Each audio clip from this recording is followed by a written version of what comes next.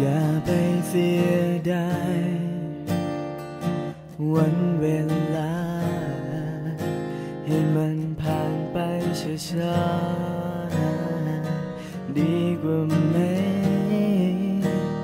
อย่านึกถึงคนที่เคยทำร้ายใจบอกตัวเองเอาไว้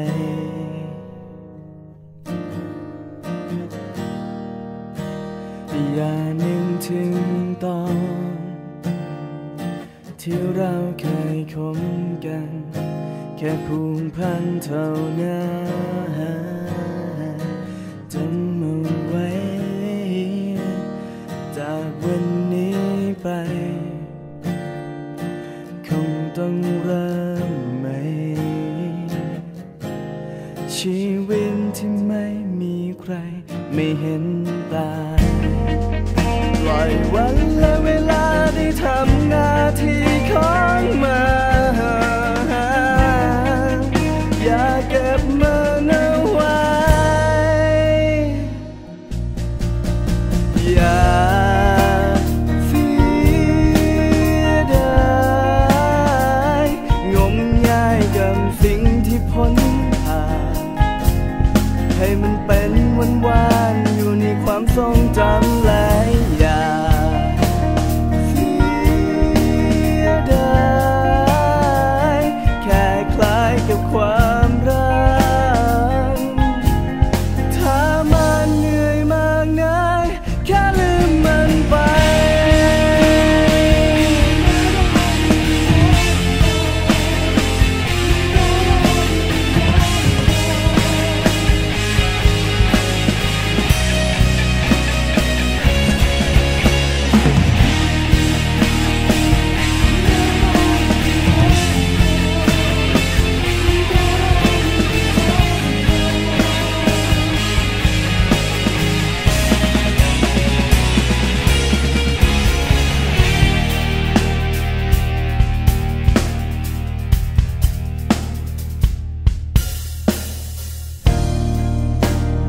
อย่านึกถึงตอน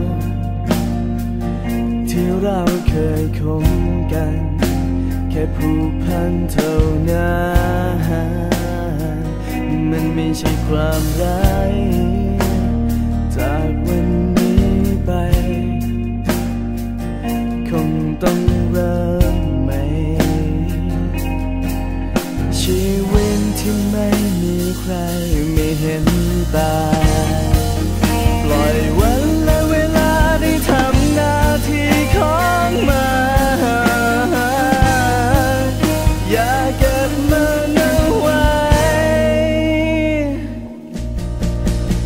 อย่าเสียดายงมงายกับสิ่งที่พ้นผ่านให้มันเป็นวันๆอยู่ในความทรงจำและอย่าเสียดายแค่คล้ายกับความรักถ้ามันเหนื่อยมากนักแค่ลืมมันไป